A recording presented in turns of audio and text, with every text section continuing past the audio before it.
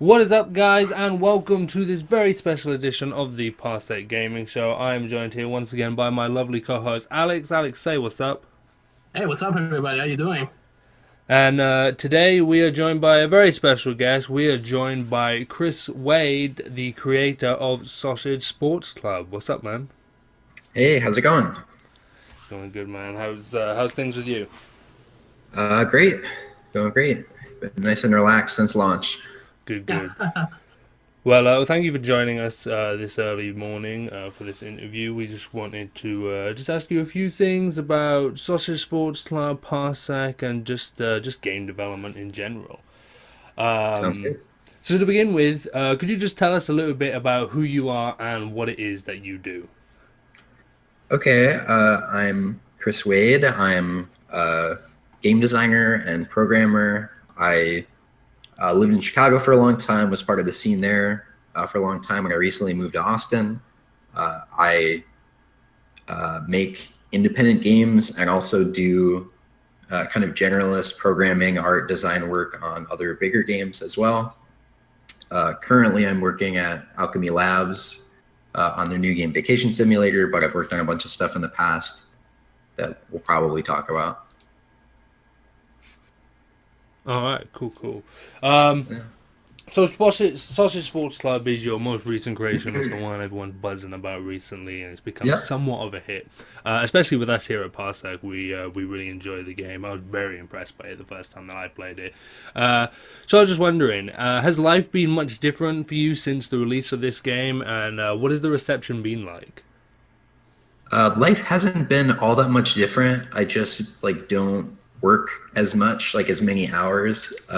Leading up to launch for especially the last year, I was just every day would just come home and work on the game for as long as I could stay awake to try to get it out. And what was the reception like? That was the other part. Yeah. It's been really good. All the reviews have been positive. Mostly around sevens, like 7.5s and stuff like that, which I'm totally happy with as my first game and something I developed mostly on my own. And gamers are excited about it. I've been really excited to see videos on Twitter and a little bit of fan art on Instagram and stuff like that. It's satisfying in a way I didn't really expect. That's pretty That's cool. awesome, honestly. Yeah. How did you get inspiration for a game like Sausage Sports Club? Because it is so unique and so different than anything else I played. Did you play any awesome local multiplayer game that maybe inspired you? Party games? Yeah. When I was in college, there was kind of this big wave of local multiplayer games of Towerfall and Samurai Gun and Gang Beasts and Nidhogg and stuff like that. All these awesome local multiplayer games. And I had always wanted to make those, and during college I made a bunch of these little local multiplayer games and stuff like that. And the origin of the game actually came from going to the game developer conference in San Francisco in 2015. There was a talk about using and understanding physics engines of game engines in better and on a deep level would help you uncover designs and be a better designer, because if you understand how things work, you can make choices about all the settings you're tweaking and stuff like that. And that was given by Bennett Foggy, the guy who made QWOP and the guy who made Getting Over It. And I watched that talk and got super fired up and went home and started prototyping stuff. At the same time, I'd also been watching a lot of highlight reels of basketball and skateboarding, just because they're really cool, and athletes use crazy weird things with their bodies in both of those sports. And I was inspired by that and wish that more games had that kind of full athletic movement rather than just a stick for movement, a stick for looking around or something like that. And eventually it got way more silly when I leaned into adding animals and just having it be not requiring super accurate movements all the time, if that makes sense. But that was the origin of it. Yeah, I mean, your game makes a very smart use of physics, and I must say, probably the soccer minigame is my favorite one. Yeah. I'm a big fan of soccer, and seeing the crazy physics involved with My favorite sports is awesome. It's great. Honestly, really props to you for coming up with such a unique concept. Thank you. Yeah, there's a nice variety in there. That's what I liked about the game modes. Is a lot of games always just sort of stick to the one thing and then that's their go-to. But having a good variety of different game modes to play with these unique mechanics was really fun. Yeah, thanks. That's something I didn't like about a lot of the other local multiplayer games I was talking about, is that generally there's not like too many ways to play. It's all the same, kind of like doing the one thing over and over again. Not that that's bad. Like, you can polish that a lot more if you like focus on one thing and dig really deep on it. But variety is totally the thing I was going for with this game. Yeah, especially when you're trying to create something that can be played at parties and multiple people can play together. You want to provide them different experiences they can enjoy and come back to the game and do stuff all the time. That's awesome. Right, totally. So in your Twitter bio, as you mentioned earlier in the show, you also work for Alchemy Labs, who specialize in highly polished VR games. Could you tell us a little bit about, if there are many differences, what are the differences between working on a normal game versus a VR title? Yeah, totally. The biggest thing I've noticed recently is that in VR games there's not much abstraction behind like actions you want to take as a player. Like, let me think. An example from Job Sim. If I want to type at a computer or like interface with a computer at all, it's not really abstracted at all in that game. It's just like pounding your hand on keys and like moving a mouse around. But in any other game, if I'm gonna like check my email or hack a terminal or something, I like walk up to a computer, hit the E button, and then there's like a menu that pops up, and I like interface with that menu. And that's an interesting challenge, but also like makes games in VR so much more immersive, because like the sign of a good VR game, in my opinion, is that when you interact with things in the world, they just behave as you expect.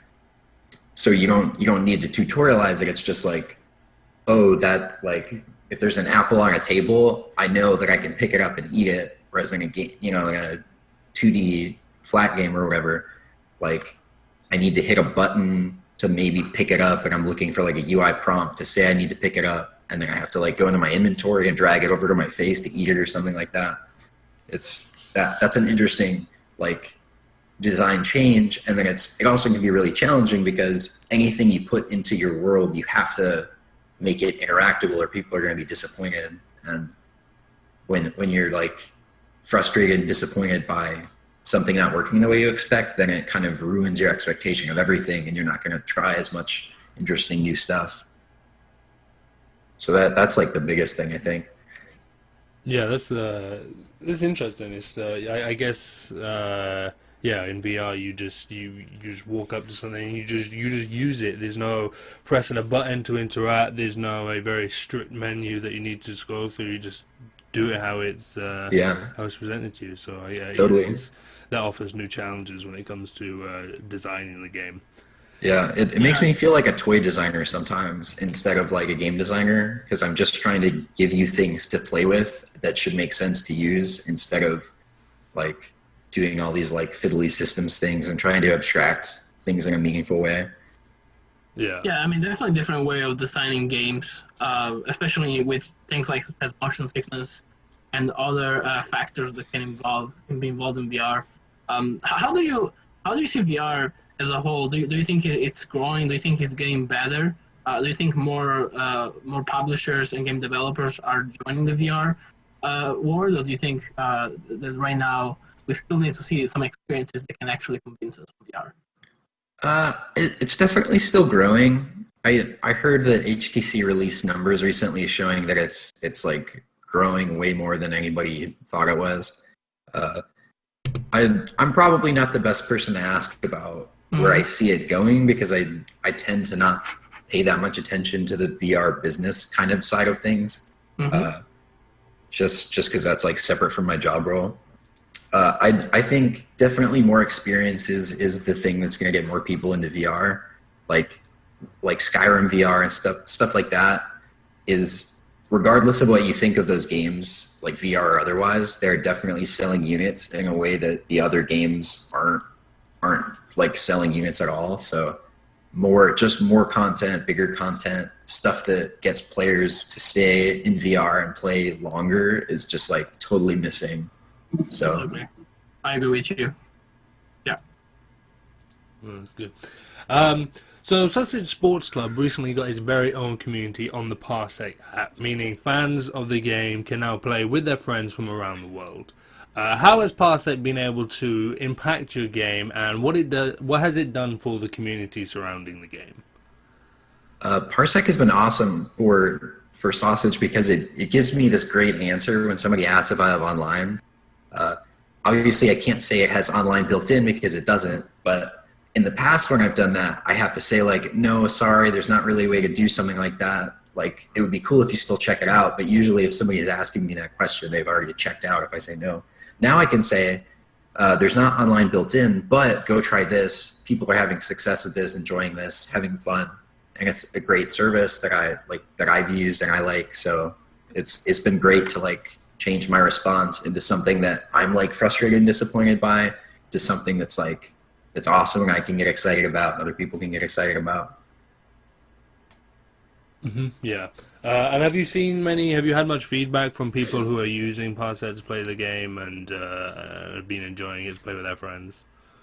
I haven't gotten a ton of feedback regarding Parsec, but I've seen like play times go up since players are playing together. Like if you don't have friends that come over to your house a lot, like the only way to play is online, and just like having that available lets people play more often and have longer sessions and stuff.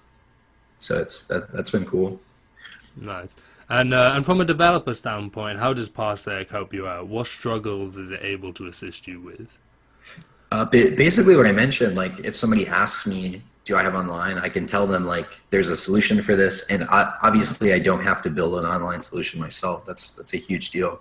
The other thing that's really cool about Parsec is anybody who wants to play a local multiplayer game and finds Parsec, once they find Sausage Sports Club, they already have a solution and they don't need to ask me. They just can do it themselves. So it kind of all at once like helps every local multiplayer game out. Yeah, absolutely. We also like to take the blame in case things don't work, but thankfully we have some very good technology. So usually we see people being very happy. Yeah. That you guys like when developers post about Parsec, that you guys suggest they post a link to your like Discord or whatever so they can get feedback and support and stuff like that is really cool. That obviously that removes a burden for me of dealing with support for something I don't understand as well.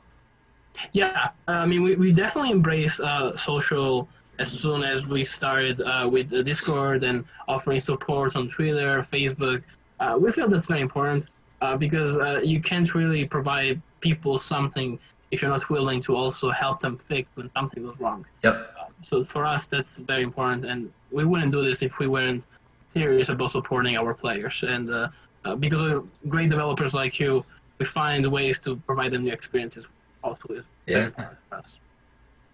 So for anybody watching this on Twitch right now, on the YouTube version, down below with the links, you can find a link to our Discord, which you'll find a support chat for all the support to do with Parsec. So if you need that, that's where you can find it.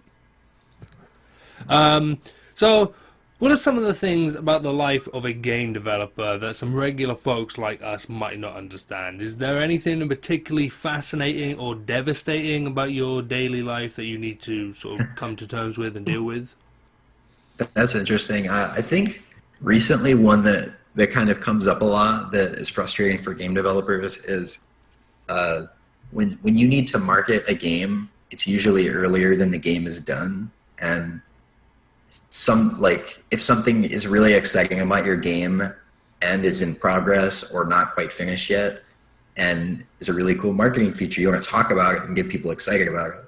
But if after that something goes wrong with that feature and it becomes like way bigger than you think, or for some reason it just can't work, or it's too expensive or whatever, sometimes that feature has to get cut and you've already talked about it. And that's like so scary as a developer to, whenever I like talk to people about the game in development or whatever, you have to be really careful with your words. And if you say something wrong or like say something misleading, people will kind of freak out. And I wish more people understood about game development, that it's in progress until it's out the door, and things get cut all the time for tons of different reasons.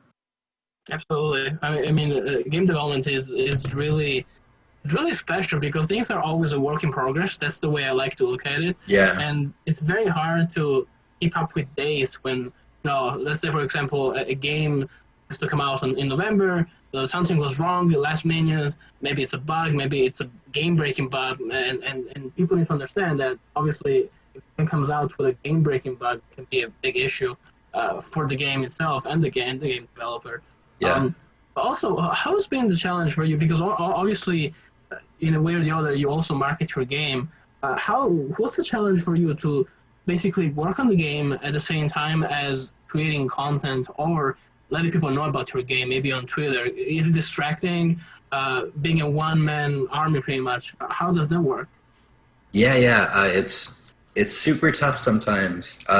For me, the like marketing on Twitter that you mentioned has always been like, when I'm excited about something, I want to share it. So I take a GIF or a video or whatever and just like post it to Twitter. And I try not to get too bogged down in the process of like making that perfect or like putting branding on it or anything like that. I just want to like get it out as fast as I can so I can keep working and get feedback and stuff.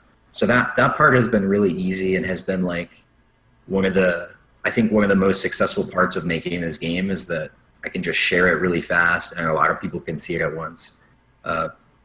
That's been good. The hard part is like everything else, basically, like making trailers or trying to negotiate like to get the game on different platforms, or like trying to get my marketing materials on the other platforms like YouTube channel or social media channels or whatever. All that stuff is like a new experience for me, and I don't have training in it, and I'm just trying to figure it out as I go. When I was in Chicago, I worked in a co-working space with all of these other indies who, to various extents, had done this stuff before and had this experience and had like experiences I could draw on and learn from. So that was huge for the game, just having that resource of people and just like friends who understood what I was going through. So that's a great point. One of my favorite things about working in this industry is seeing indie game developers share genuine excitement of work in progress material that they create. It can be a blog post, it can be a picture, like you said, or it can be a GIF. To me, that's one of the most beautiful things, because you know that's genuine. You know, there's no maybe AAA marketing material that has been altered. No, it's a game. It's been made. Let's tell you about it. He's really excited. Yeah, I love people nerding out like that. Like if you read a blog post, the more technical it gets, like the more you know, and the more excited they were to write it and stuff like that. So I totally agree. Same here. I geek out all the time. It's a beauty of game development and working in games and tech, honestly. Yeah. Yeah, and just having that history there is pretty beautiful as well, because once the game is done, once it's fully developed and it's out and it's in the hands of people, to be able to look back and see it at its beta stage, see it at its alpha stage, see it at its concept art stage, and just see it come from that point all the way to full development is just a really cool thing to see as well. Yeah. Yeah, one of my favorite stories is definitely Rocket League, how the game was being developed. The struggle, the fights, how difficult it was. Sure, it was a bigger indie team than others, but it was beautiful to see how they started with such a small little team, and then they grew into this big company. And I hope to see more stories like that, because it's really fascinating. Yeah. So cool. What would you say is the single biggest challenge that you have faced as a game developer? That's interesting. Maybe releasing on time, just scope and understanding like how big and how many things go into a project. Like finishing the game is one thing. That's really hard. Requires all these features. Requires making all the hard decisions and like focusing and getting things done. That's one thing. Then there's marketing and telling people about your game, which has to be done all along the way. That's a separate thing. Then there's trying to get it on the best platform and do the best business moves you can, take it to the right conventions, meet the right people, all that stuff. That's really hard. And then all of that together, like if you try to write a list of everything that you have to do for all of those things, you'll probably get a few hundred things, but you'll also forget a few hundred things or not know that you have to do a few hundred things. But every single one of those things has to be checked before you can release the game. And that's just like coming to terms with how much stuff that is, and that I don't always know how much there is to do and how long it will take is really, that was the hardest part of this project, because it seemed like it stretched on forever. And every time I thought I was close to being done, it was like 3 more months or 6 more months or something. Wow, that's insane. Did you experience any crunch during the project? Was there something where you had to get it done by a certain time and you had to crunch, or was it more of a, okay, I'm managing myself in this way, actually I'm getting everything done on time? Yeah, I was pretty bad about this for this project, and a huge part of that is that this was my side hustle for most of the development of the game. Like, I was doing other side jobs full time and then doing this thing on the side, and so if a deadline came up or something, generally there was like barely enough time to do the thing at all, let alone like try to like manage it in a way that was healthy for me or whatever. I would say the worst experience of crunch that I've had is in 2016, I went to like 6 different conventions or something like that. It was like every month and a half or month there was another convention, another PAX, another I don't know, GDC or Day of the Devs or BitBash or something like that in Chicago. And I just like every time I was like, I'm gonna make a build, this is gonna be awesome, I'm gonna fix all these bugs and then add the features I want to show to the convention, and I would do that, and then the convention would come and I'd like have to work my ass off at the convention and fix more bugs and stuff. And then I'd come back from that and be totally burnt out from like working so hard and so many late nights and all this. And I would get back and be like, oh, it's finally time to relax. And then a week would go by and I'd be like, oh no, it's time to ramp up for the next thing. And that was probably like 6 or 9 months or something of just that continuously, and it was pretty brutal. Wow.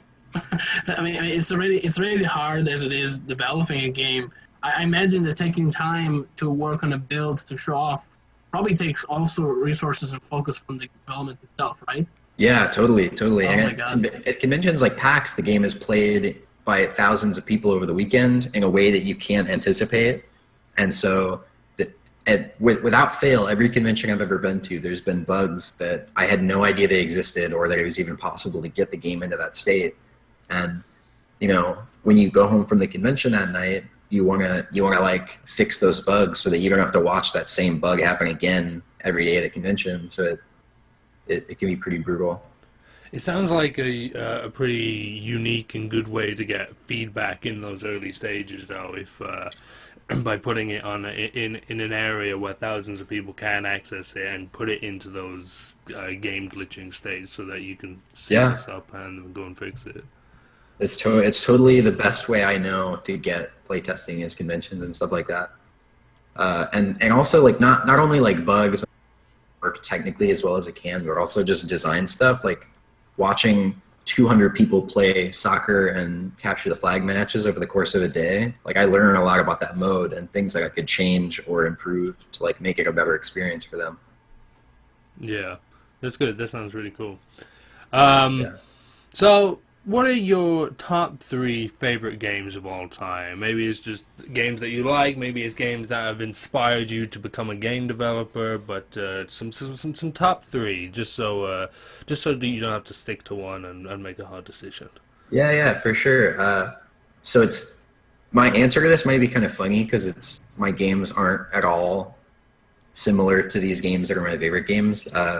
My 3, and I've known these for a long time, is Dark Souls, Spelunky, and Shadow of the Colossus, and those are all they're all kind of for different reasons. Spelunky, I'll start with Spelunky, I guess. The like emergent gameplay systems and just like the amount of depth of introducing. There might only be like 30 items in that game or something, but the way they all combine is so interesting and creates interactions that you never would expect. Even, what was it, maybe like 3 months ago or something, the creator of Spelunky, Derek, retweeted some tweet of something happening in the game that had never happened before after 8 years or 6 years or whatever, and that just totally blew my mind. That's one. Shadow of the Colossus was the first game that, or one of the first games that everybody kind of freaked out over our game's art, and Shadow of the Colossus was like one of those that everybody pointed to.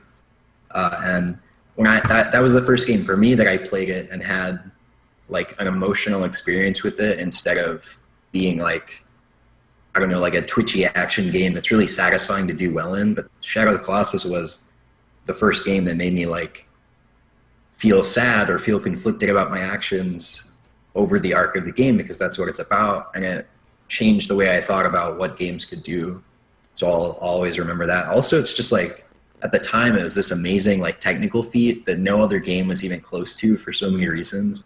So it always stands out to me as just like a really cool thing in both of those ways. And then Dark Souls, the like world design, like the Dark Souls is really satisfying and challenging and interesting for all those like combat reasons, but the world design, the way the world is intertwined, and you can see like far off parts of the world that you'll visit later from early sections, and same in reverse of that, and how the world like opens up in the second half, reconnects, is like so interesting and unique in that genre and just in games in general. So those are my three. How do you feel about the PS4 remake for Shadow of the Colossus? I've had this conversation a lot of times, and I think it's pretty good. I think the color grading is like the weakest part of the remaster. They just like messed it up in a bunch of places. Like the emotion and feel of the game is like very closely tied to color grading and like the sense of atmosphere, and I feel like they messed that up a little bit in some parts of the game. Yeah, I mean, Shadow of the Colossus is indeed, it's a masterpiece. I play the games many times, Yeah, and honestly, it's such a unique game because it's all about hunting and getting and killing those giant colossal beasts that you can find in the game, and there isn't really much else. The game doesn't really guide you as much. Yeah. It's an experience. It's a journey. Yeah, it's very singular in what it's trying to do. Yeah, I'm so, honestly, I was so fascinated when I was a kid and I played the game. When did it come out? 2005, I think. Yeah, I think so. Wow, it's been some time now. Yeah. Awesome. Yeah. So. Thank you for joining us here today, Chris. I got one last question for you before we wrap up here. And that is, what is the future for you? And what is the future for Sausage Sports Club? Is this a game that's going to be your primary focus on supplying content and support for right now? Or do you have something else in the pipelines cooking up? I still have some more time with Sausage. I definitely am going to do a free content update. I don't know the full scope of it and like what I'm going to do with it. I do know there are going to be cats, because there are no cats in the game, and everybody asks me, why are there no cats in the game? So there are going to be cats. It's going to be free. There's going to be other stuff. So that's definitely coming. I'm also interested in doing other platforms, other consoles for the game. I'm not ready to announce that stuff yet. It's still like very early, but I want to get it into as many players' hands as I can, obviously. So that's coming eventually. And then I'm also starting to think about other next projects, but that will be definitely a ways out from me. And it's still unclear if I'm going to do the same thing I did with Sausage, where I just tweet and be totally open with development the whole time, or if it's like a really big game and I need to justify a big budget or something, then maybe I would keep it secret until it's ready to announce. But TBD on that one, I guess. Cool. Props to you for creating free content and dropping free content for your players. I think especially in this era, that's very important for a title to keep longevity and keep people playing, and also make them happy with some requests. Yeah, I think that's the thing for me, like making players happy and like feel like really they like if a player regrets buying your game and playing your game, it sucks, but if they get content later and then they come back to it and are really happy with that, then that's going to make them evangelists for your game and for your company and stuff like that. So I think that's like kind of the market we're in, and also like people don't buy DLC. Like I've never gone on Steam and found DLC and bought it. And so then the rates at which people do that are, I think, so low, like lower than 10% of your users probably. So it's just not worth it. I see where you're coming from. I mean, I think the future is all about providing gamers with a title and then supporting the title and giving them reasons to keep playing the game and buy the game. Yeah. Many companies are doing it. Overwatch does it. Fortnite does it, and I think that's the future. Very good stuff. I think so too. All right, Chris, you got anything you want to pimp out before we wrap up here?